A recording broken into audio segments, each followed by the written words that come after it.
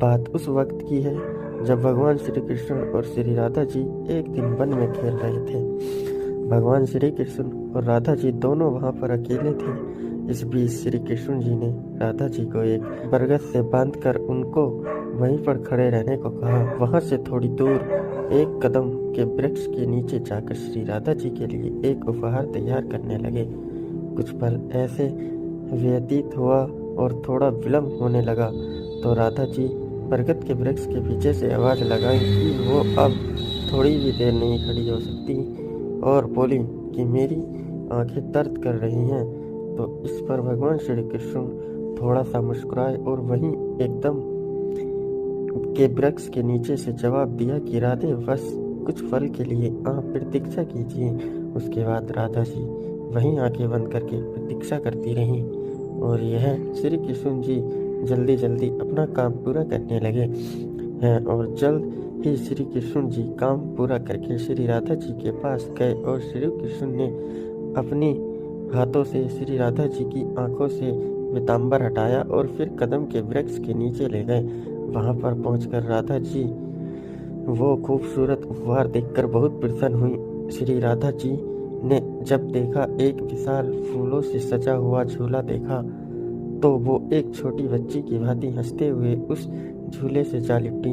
भगवान श्री कृष्ण ने बड़ी लगन से ये उपहार श्री राधे के लिए तैयार किया था। फिर राधा जी उस झूले पर बैठकर श्री कृष्ण जी से बोलती हैं, कान्हा पीछे से थोड़ा झूले को धक्का लगा दो।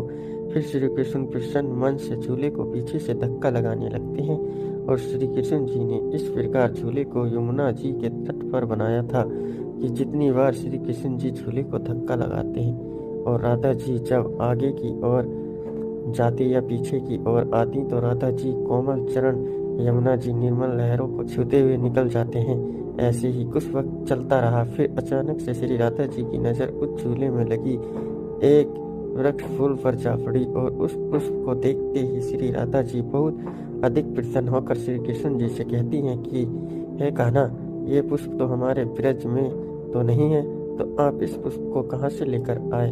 इस बार भगवान श्री कृष्ण मुस्कुराते हुए बोले कि मैं ये त्रेता युग से लाया था।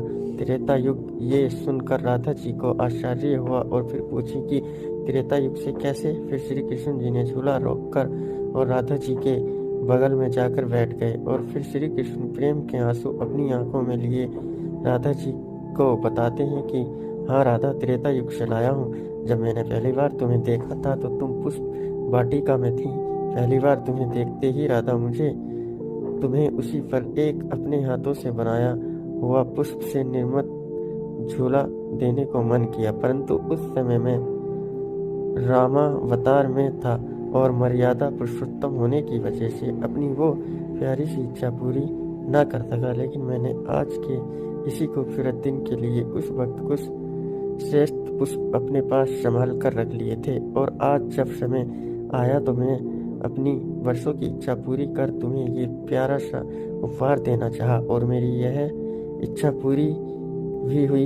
यह सुनकर राधा जी की आंखें खुशियों के मारे नम हो गईं। फिर उन्होंने श्री कृष्ण जी के कोमल हाथों चूम लिए। उसके बाद भगवान श्री कृष्ण और श्री राधा जी दोनों एक साथ झूले पर बैठकर झूले का आनंद लेने